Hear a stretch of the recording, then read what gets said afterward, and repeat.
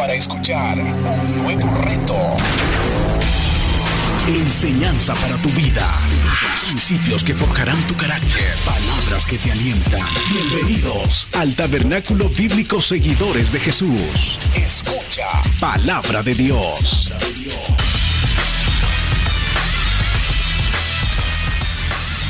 Señor, aquí estamos como iglesia, como rebaño que somos. Tú nos has convocado este día de resurrección, Señor. Muchos hemos tenido batallas con la salud, quizás, Señor, algún problema con algún familiar, alguna situación de dolor, de tristeza. Sin embargo, nos ha fortalecido y hemos logrado llegar para decirte muchas gracias. Gracias, Señor, por ser nuestro Padre, por habernos escogido desde antes de la fundación del mundo, por habernos predestinado para ser adoptados en tu Hijo amado Jesús. Y ahora hemos sido sellados por el Espíritu Santo, Padre. Te damos gracias. Señor, no soy digno, no merezco este gran privilegio de estar frente a tu novia, la iglesia, tu amada, que vale tu sangre. Ayúdame, Señor, porque después que baje de aquí, veré tu rostro, Señor. Y yo quiero ver, Señor, que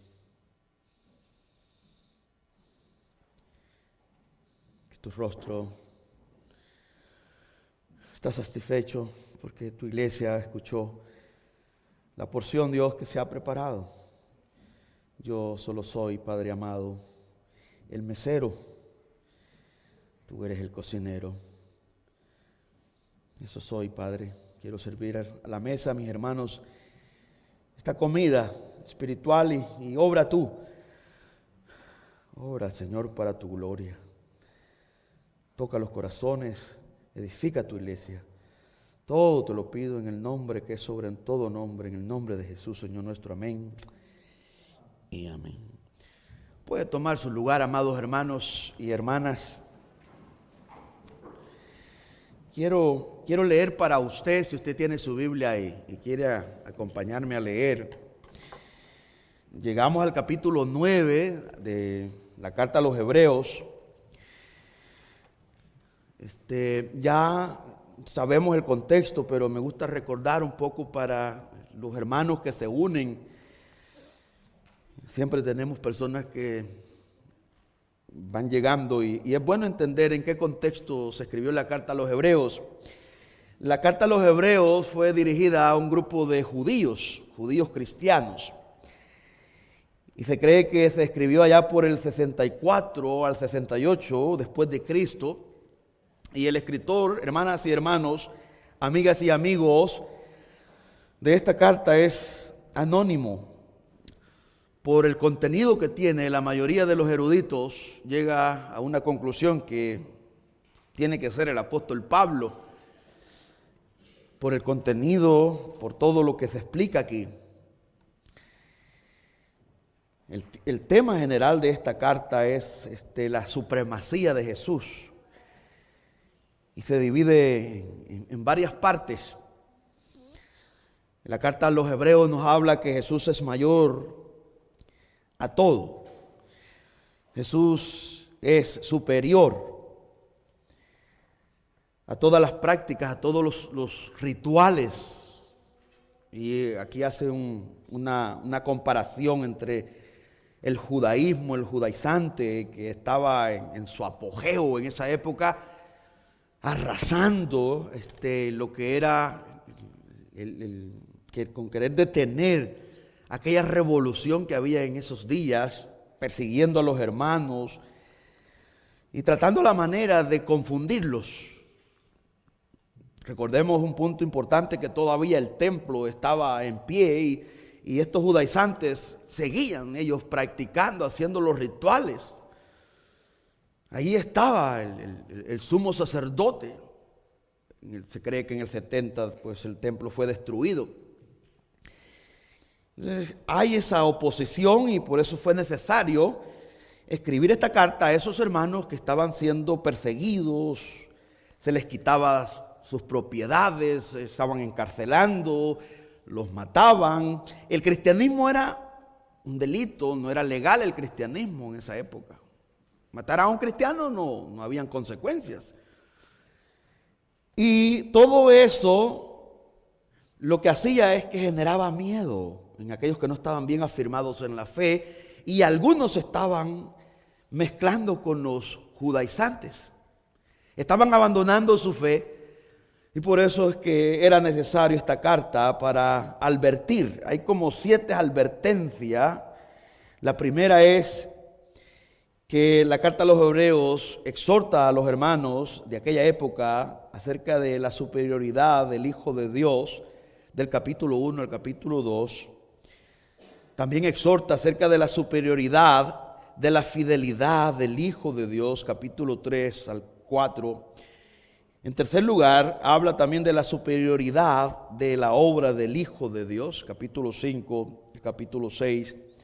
Y en cuarto lugar, advierte también acerca de la superioridad del sacerdocio del Hijo, del capítulo 7 al capítulo 10. Ahí en esa porción estamos nosotros, desde el capítulo 7 al capítulo 10, estamos viendo cómo el escritor está desglosando, está diciendo que todos los utensilios, que todos los rituales, todo apuntaba a Cristo y que todo era sombra de lo que venía y que ya había colapsado.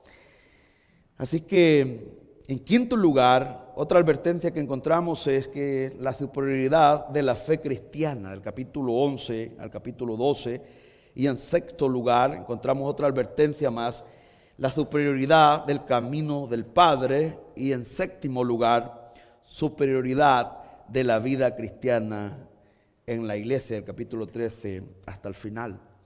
Entonces son advertencias y todo tiene que ver en la exaltación a Cristo, que Cristo es suficiente, que en Cristo estamos completos y que no necesitamos absolutamente más nada.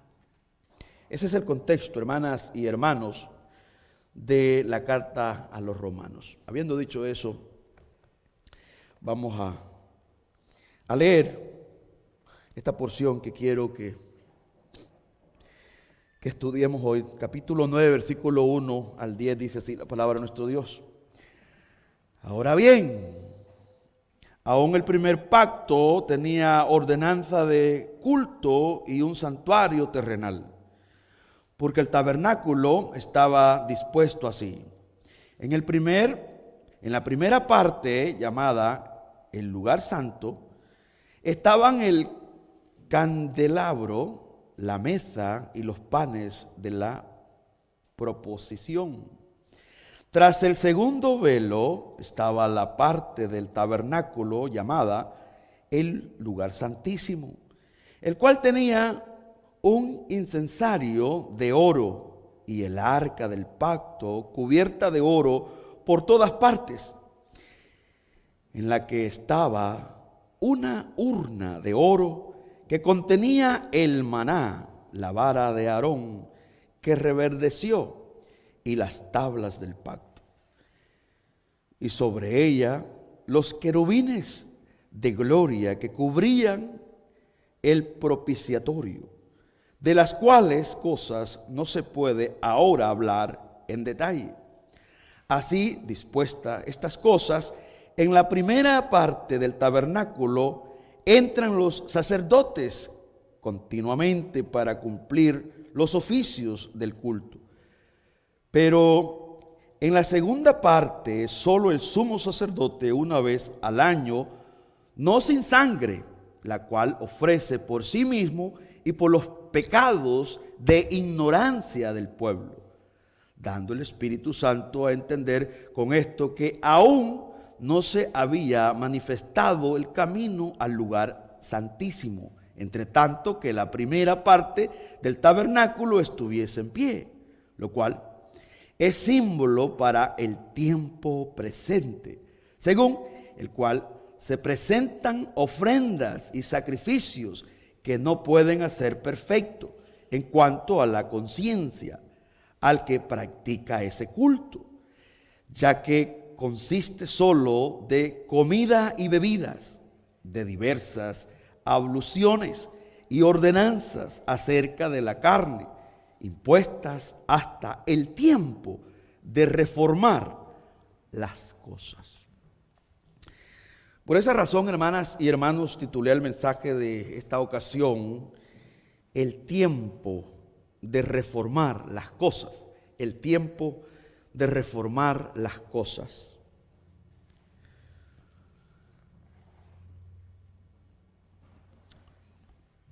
Se dice de un hombre que soñó que repentinamente había muerto y había sido, hermanas y hermanos, transportado al cielo. Estando en aquel mundo glorioso, aquel hombre pensaba que estaba en ese lugar porque merecía. De pronto alguien vino a verlo, lo llevó al coronamiento y comenzó el diálogo siguiente: ven, voy a mostrarte una cosa. Mira allá abajo. ¿Qué ves? Aquel hombre respondió: veo un mundo muy oscuro. Fíjate, a ver si lo conoces. Por supuesto, dijo aquel hombre, es el mundo de donde vine. ¿Qué ves? Que los hombres allá están vendados y muchos se dirigen a un precipicio. Bien, le dije, le contestaron, ¿te quedarás aquí a gozar del cielo o volverás a la tierra con el objeto de dedicar un poco más de tiempo a hablarles a esos hombres acerca de este mundo? El hombre que tuvo este sueño era un cristiano que había estado desalentado y al despertar dijo: ya no quiero morir, sino trabajar. Aquel hombre, hermanas y hermanos, cuando despertó de aquel sueño, reformó su vida. Por muchos años había estado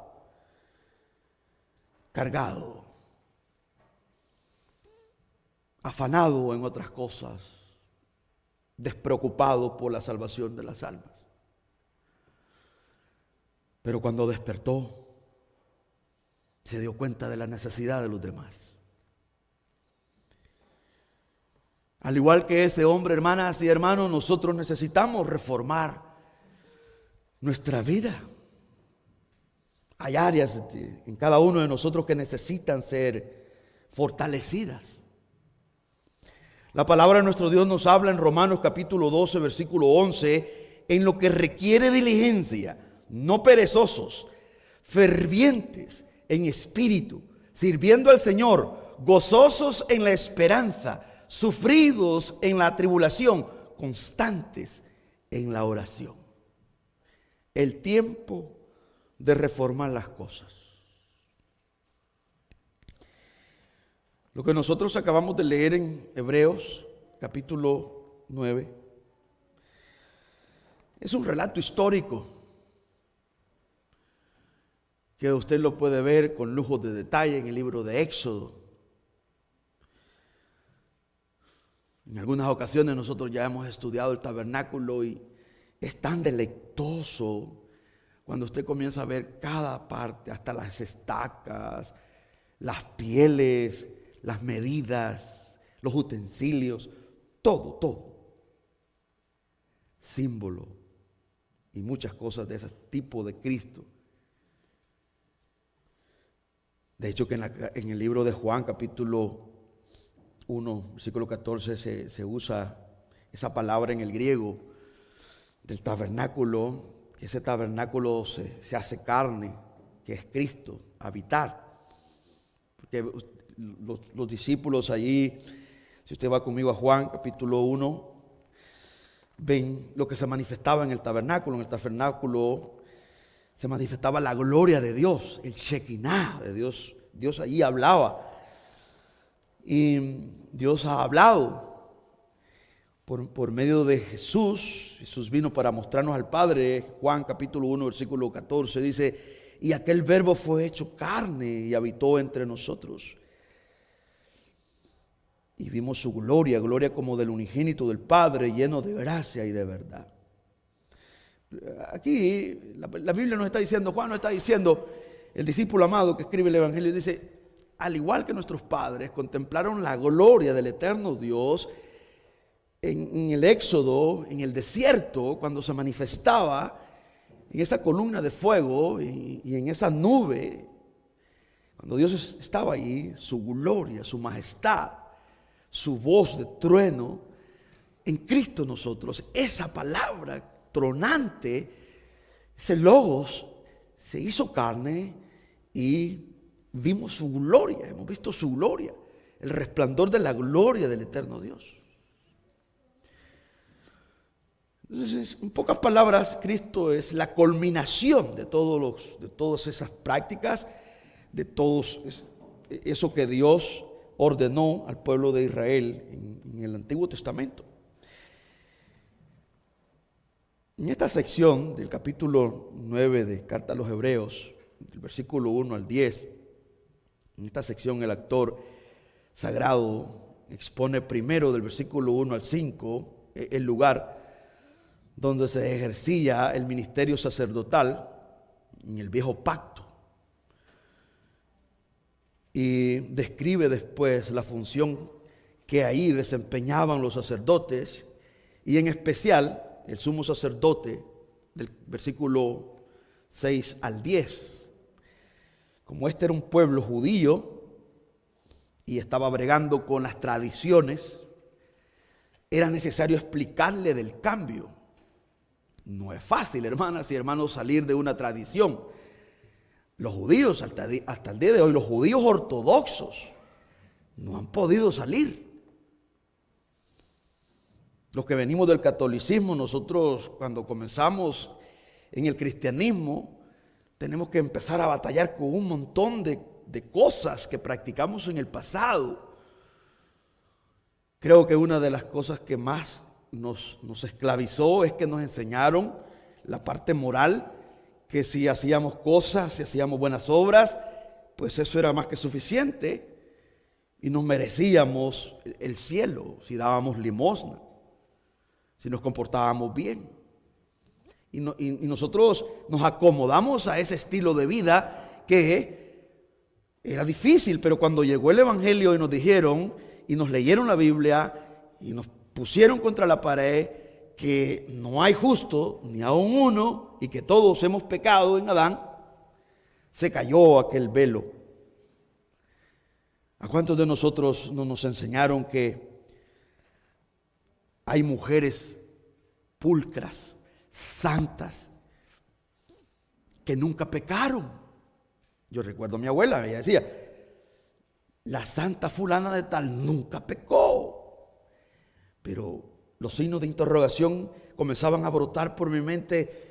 ¿Pero quién lo dice? ¿Lo dice una fuente fidedigna de confiar o lo dice alguien más? Y eso comenzó a dar vuelta en mi cabeza a buscar una respuesta, porque mi abuela no la tenía, ni mis tíos.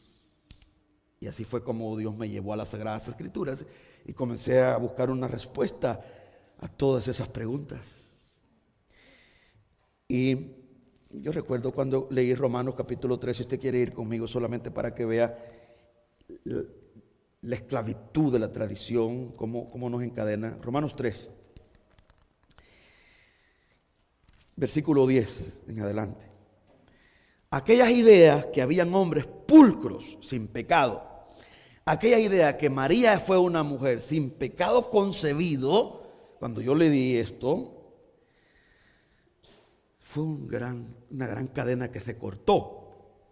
Dice el versículo 10 de Romanos 3, como está escrito. Esta es la postura del escritor. Como está escrito, esto no me lo estoy inventando. Esto está en toda la Biblia, está en Génesis. Está en todo el Antiguo Pacto. Está ahí en Génesis la caída del hombre. Está en los Salmos, el Salmo 14, el Salmo 53. Está por toda la Biblia. Como está escrito, no hay justo, ni aun uno. No hay quien entienda, no hay quien busque a Dios. Todos se desviaron, aún se hicieron inútiles. No hay quien haga lo bueno, no hay ni siquiera uno. Sepulcro abierto es su garganta, con su lengua engañan. Veneno de aspidez hay debajo de sus labios. Su boca está llena de maldición y de amargura. Sus pies se apresuran para derramar sangre. Quebranto y desventura hay en sus caminos, y no conocieron camino de paz. Wow. Cuando el Espíritu Santo toma esas palabras y las lleva hacia el corazón de piedra, se desbarata. Y hay un gran alivio, porque deja de ser un fanático ciego y comienzas a deleitarte. Ya no estás allí peleando como muchas personas lo hacen, sino que ya comienzas a ver la realidad, que son mitos lo que la gente cuenta, que han habido personas puras. El único puro, el único santo, hermanas y hermanos, que ha estado en la tierra, solo es el Hijo de Dios, el que nunca pecó. Él es el puro. Y esta es la lucha aquí en la carta a los hebreos. Es una batalla donde el escritor está explicando, está diciendo que todos esos rituales ya habían colapsado con la muerte y la resurrección de Cristo. Hebreos 9, versículo 1 comienza diciendo: ahora bien, aún el primer pacto tenía ordenanzas de culto y un santuario terrenal.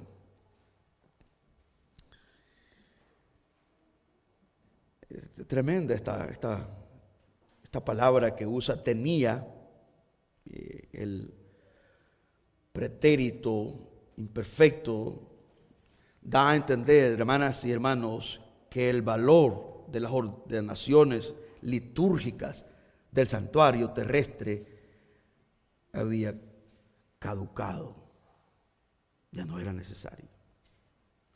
La Biblia dice que cuando Cristo inspiró, entregó su espíritu, el velo del templo se rasgó en dos, dando a entender que ya ese privilegio de entrar a la presencia de Dios ya no era solamente para un sumo sacerdote, sino que ya era para todo aquel que cree en Cristo Jesús, puede entrar a la presencia de Dios a través de esa sangre que se ha derramado.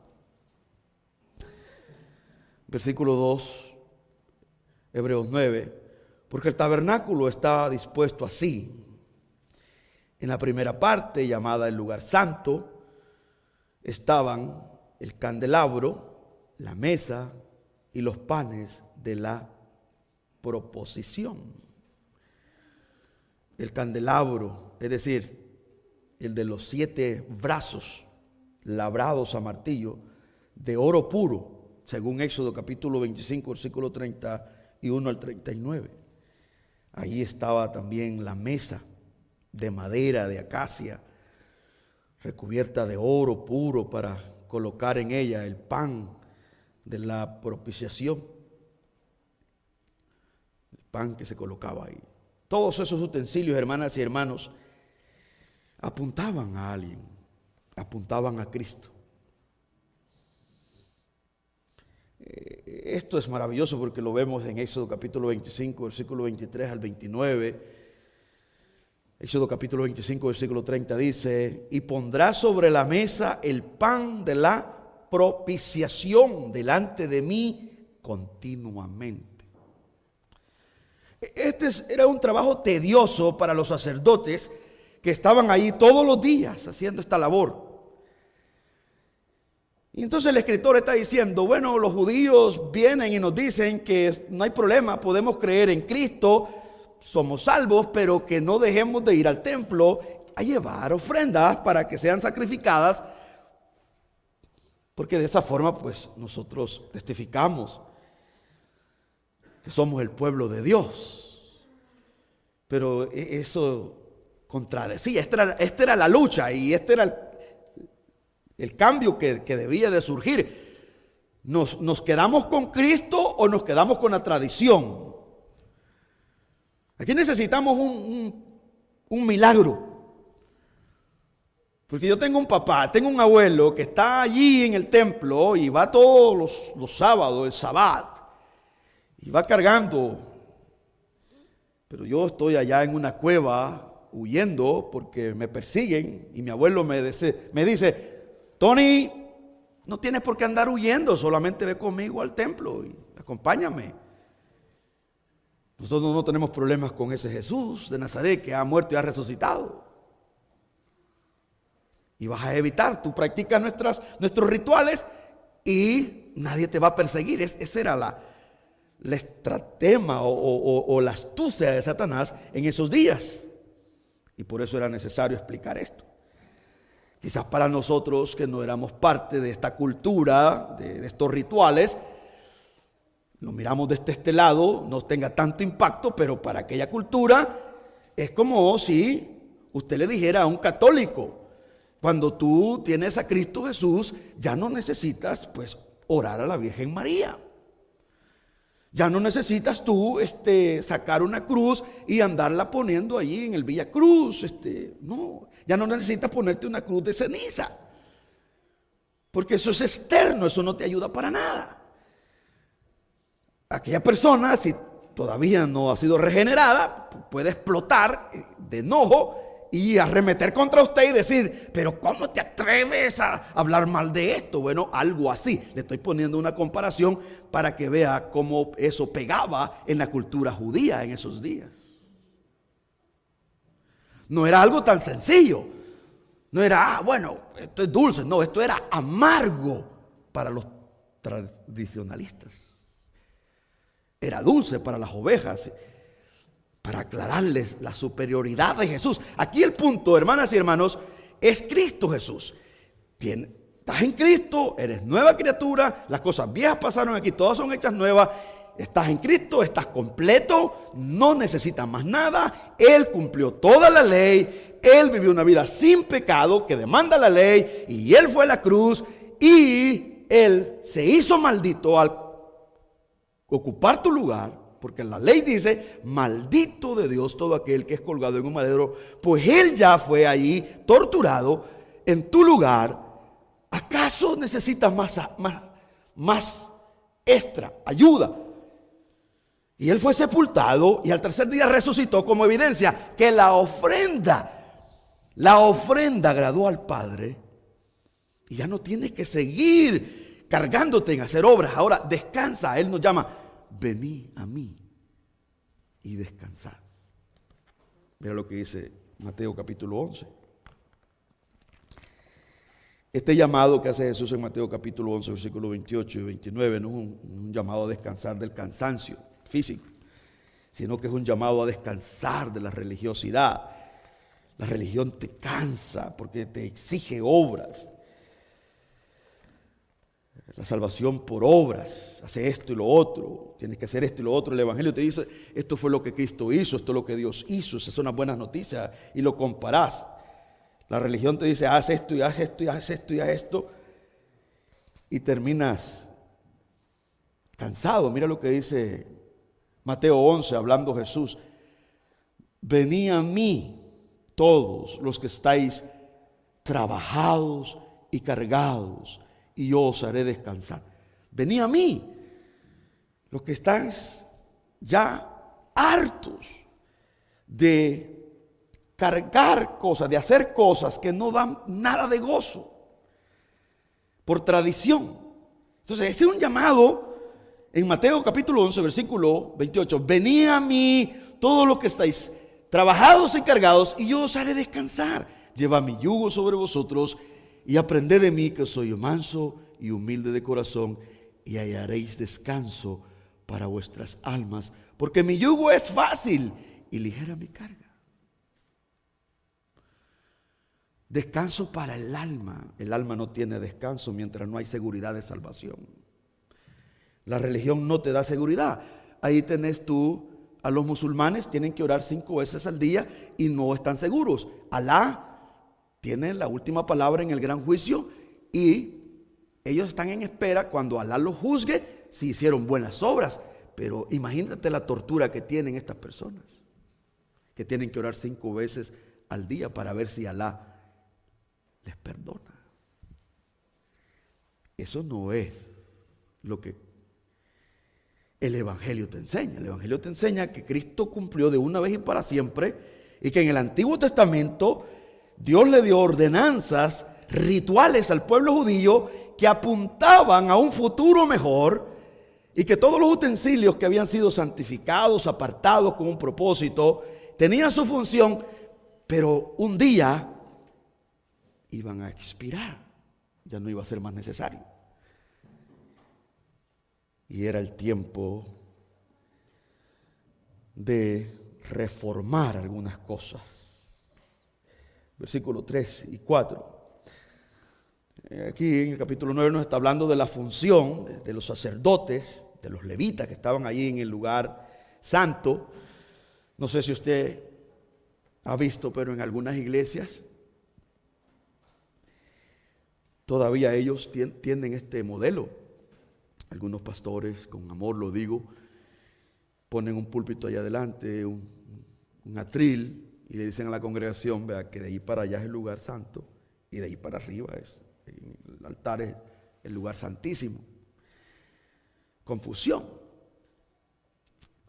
total. Entonces algunos hermanitos no pueden subirse a este lugar, vea, porque ellos no creen que están a la altura del predicador, del pastor, porque el pastor es como el sumo sacerdote, el puro. Y lo han sacado de la Biblia. Entonces hay una división, usted lo ve en algunos lugares. Eso, cuando uno lo mira, nos debe de motivar a estudiar las Escrituras para poder ayudar a los hermanos. Y decirle, bueno, hermanos, esa era una práctica de los judíos, no de la iglesia, no de la iglesia de Cristo. Hay cosas que les pertenecían solo a los judíos, que se les fue dado a los judíos. Pero a veces, por la falta del conocimiento de la palabra de nuestro Dios, hay hombres que con buenas intenciones han traído esas prácticas, esos rituales. Eso todavía sigue en los judíos ortodoxos, siguen todavía practicándolo. Pero los judíos cristianos, ellos se aferraron a Cristo, hermanas y hermanos, y ahí los vemos en las Sagradas Escrituras, cómo Dios habla de ellos. Porque vamos a seguir viendo, aquí estamos viendo el desenlace, el papel que desempeñaban los sacerdotes y el sumo sacerdote. Pero aquí el punto es que Jesús es superior a todos los utensilios y es superior a los sacerdotes que estaban en el lugar santo y es superior al sumo sacerdote. Es decir, que ya no se puede venerar, que ya no se puede poner a la par de Cristo a ningún hombre. Aquí ya es solo Jesús suficiente. Que Jesús es suficiente para todo, para la salvación del alma, para el cambio de vida, para la reconciliación con el Padre, para una transformación total. Solo Jesús es suficiente. Eso es lo que necesitamos. Dice el versículo 3 al 4, tras el segundo velo estaba la parte del tabernáculo llamada el lugar santísimo, el cual tenía un incensario de oro y el arca del pacto cubierta de oro por todas partes, en la que estaba una urna de oro que contenía el maná, la vara de Aarón que reverdeció y las tablas del pacto, como un testimonio. Ahí mandó a ordenar Dios que estuviera para que el pueblo recordara todo lo que él había hecho con aquel pueblo en el desierto. Levítico capítulo 16, versículo 12 dice: después tomará un incensario lleno de brasas de fuego del altar delante de Jehová, y sus puños llenos del perfume aromático molido, y lo llevará detrás del velo, y pondrá el perfume sobre el fuego delante de Jehová, y la nube del perfume cubrirá el propiciatorio que está sobre el testimonio, para que no muera. Para que no muera el sumo sacerdote. El sumo sacerdote tenía que ofrecer primeramente un sacrificio por sus pecados. Se le amarraba una soga en el pie y llevaba unas campanitas que él tenía que ir sonando, blin, blin, blin. Y si esa campanita en algún momento dejaba de sonar, es que él había muerto, porque se encontró falta en él. Pero todo eso ya no era necesario. Imagínense qué alivio. Y eso es lo que está tratando la carta a los Hebreos, enseñarle a aquellos hermanos judíos en aquel momento: ya no es necesario ir a Jerusalén y estar viendo ese show de los sacerdotes, porque era una gran multitud de personas que acudía todos los años. Hasta el año 70 que el templo fue desbaratado, entonces cesó esas prácticas. Esto es maravilloso, hermanas y hermanos. El actor sagrado insiste, como lo ha hecho en el versículo 19 del capítulo 7, y lo hará en el capítulo 10, versículo 1 y 11, en que todo lo que se hacía y ofrecía en el santuario terrestre no podía perfeccionar las conciencias, hermanas y hermanos, puesto que solo podía ofrecer una purificación legal. No quitaba el pecado, solo lo cubría. Pero aquí hay un problema. ¿Cuál es? Que ya vino Cristo. Ya Cristo murió y resucitó. Está a la diestra del Padre. Y eso es lo que venía. Entonces estaba el tiempo de reformar esas cosas, de cambiar todito eso. Y de ahí es donde salieron los hermanos cristianos judíos, dejaron las tradiciones y se volvieron a Cristo.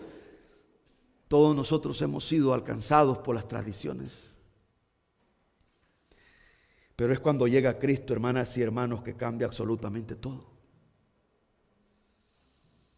Por eso lo que necesita todo ser humano es a Cristo. Es a Cristo. Si llevamos a Cristo a una persona, le llevamos la medicina y le llevamos como la pieza que necesita para que deje aquel rompecabezas que nunca pudo armar. Hebreos capítulo 9, versículo 11 al 12 dice: pero estando ya presente Cristo, sumo sacerdote de los bienes venideros, por el más amplio y por más perfecto tabernáculo, no hecho de manos, es decir, no de esta creación, y no por sangre de machos cabrillos ni de becerros, sino por su propia sangre, entró una vez para siempre en el lugar santísimo, habiendo obtenido eterna redención de una vez y para siempre. Qué alivio para aquellos hermanos que quizás estaban confundidos por las enseñanzas de los judaizantes. Conclusión: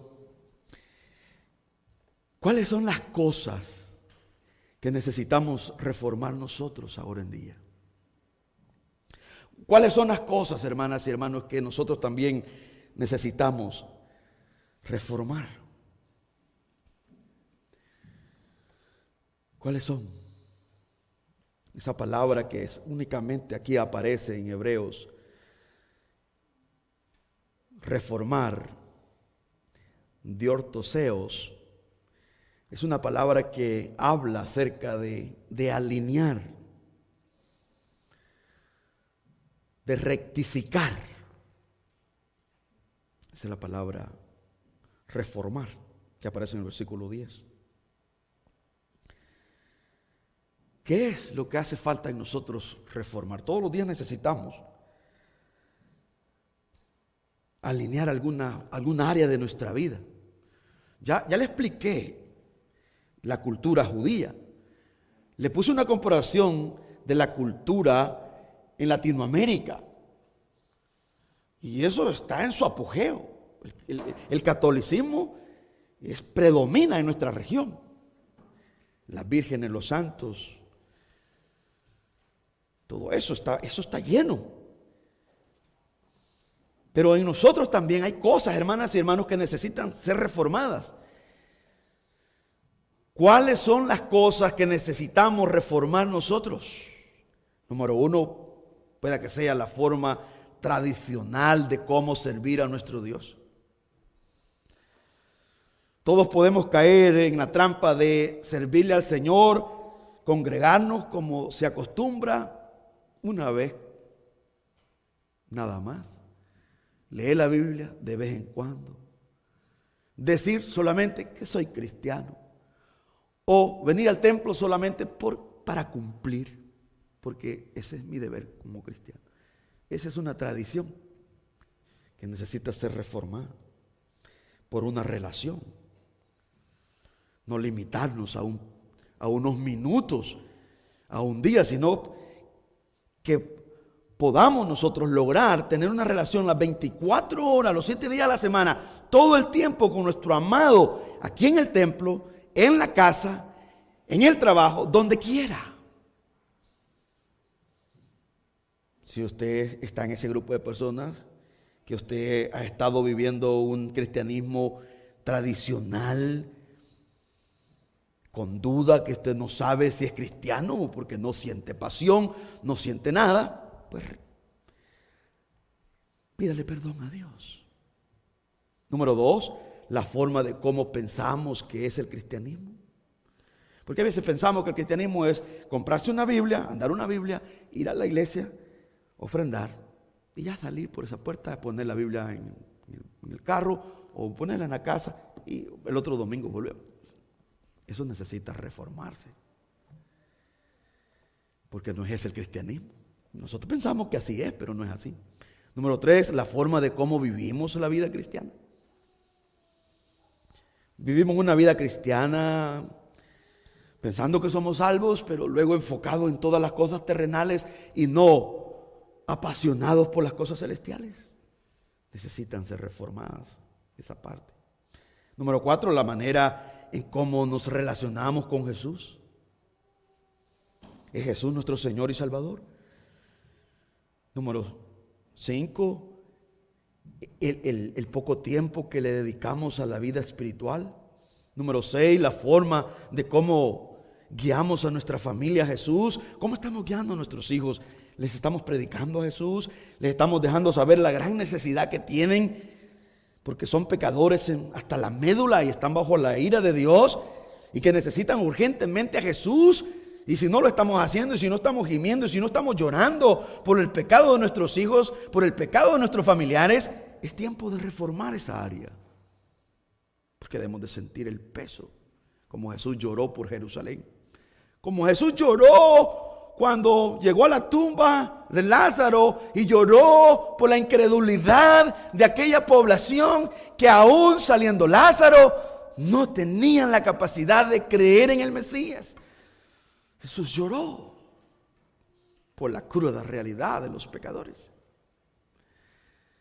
Eso debe de ser reformado. Cuando miremos un moribundo, digamos, caramba, ese hombre está muerto. Cuando alguien le da volumen a la música y antes de pensar llamar a la policía, poder ir de rodillas y decir: Señor, salva a ese hombre. Ese que pita ahí en la calle y ahí te menciona tu mamá, poder en un momento sentir el dolor. Ese es un pecador que te necesita a ti, Padre.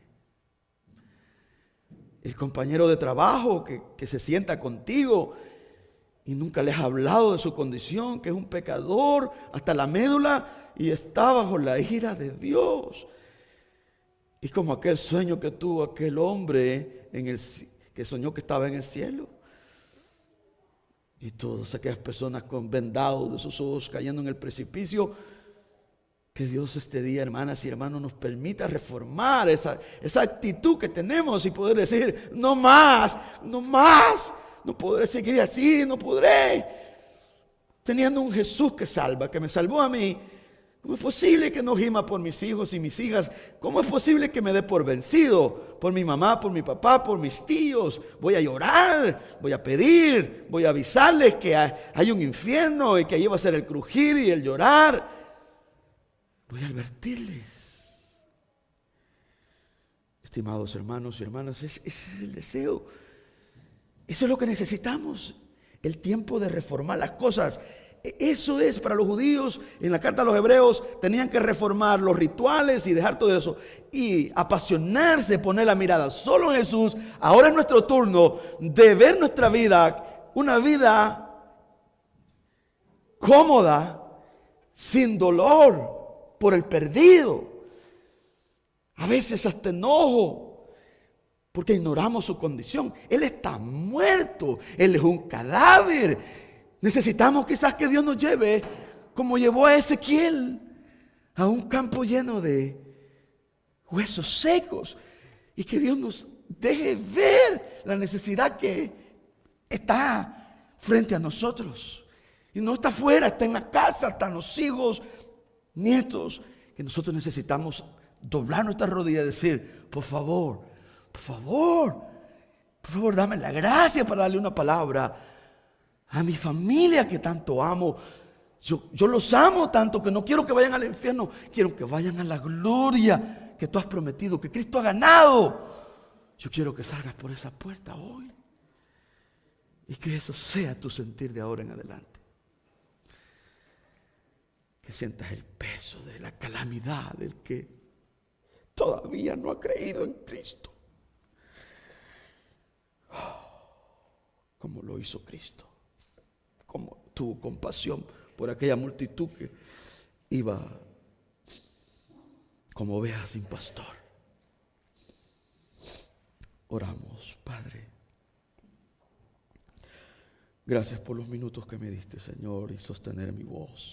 Gracias por escuchar este mensaje. Esperamos que haya sido de edificación para su vida. Si usted no conoce de Jesús y en este día está arrepentido de sus pecados, ore de esta manera. Señor Jesús, en este momento me arrepiento de mis pecados. Reconozco que tú eres mi único y suficiente Salvador personal. Creo que eres Dios, que moriste en la cruz por mis pecados y que resucitaste al tercer día. Me arrepiento y me confieso pecador. Señor, perdóname y acéptame como tu Hijo. Doy gracias al Padre por enviar a su Hijo a morir en la cruz por mi lugar. Gracias, Jesús, por aceptar mi vida. En Cristo Jesús, Señor y Dios nuestro. Amén.